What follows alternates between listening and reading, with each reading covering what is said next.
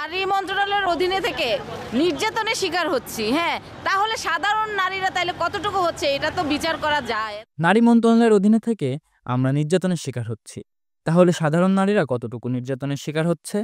অপেক্ষার সুরে এমনভাবেই কথা বলছিলেন মহিলা ও শিশু বিষয়ক মন্ত্রণালয়ের অন্তর্ভুক্ত তথ্য প্রকল্পের একজন কর্মী। দীর্ঘ ১৯ দিন ২ দফা দাবিতে আন্দোলন করে যাচ্ছেন তারা। ঈদের সময় যখন সবাই বাসায় স্বজনদের সঙ্গে আনন্দঘন সময় কাটাচ্ছিলেন, তখন তারা প্রেস ক্লাবের সামনে আন্দোলন করছিলেন, বলছিলেন সেই কষ্টের কথাও।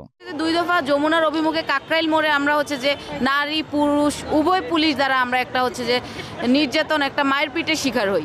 সন্তান ছাড়া ঈদ কাটানো এক মা বলেন, আমাদের ঘরে বাচ্চা আছে, তাদের কান্না শুনতে আমাদের ভালো লাগে না।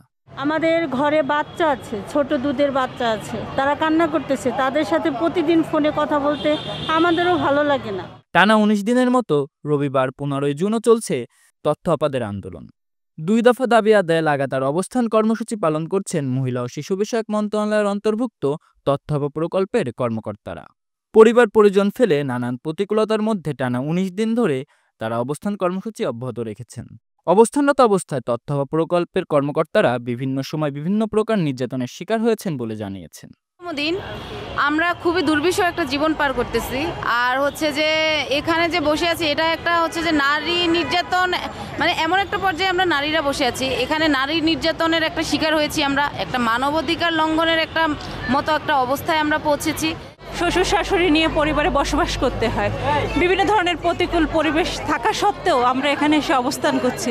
তারা আশা রাখছেন দ্রুত সময়ের মধ্যে সরকার তাদের দাবি মেনে নিবে এবং তারা আবার স্বাভাবিক জীবনে ফিরতে পারবেন।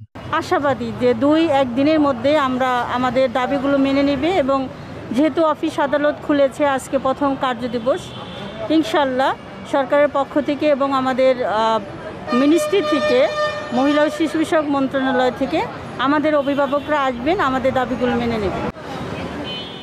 Sub-rule Shipon, Bangla flow, Dhaka.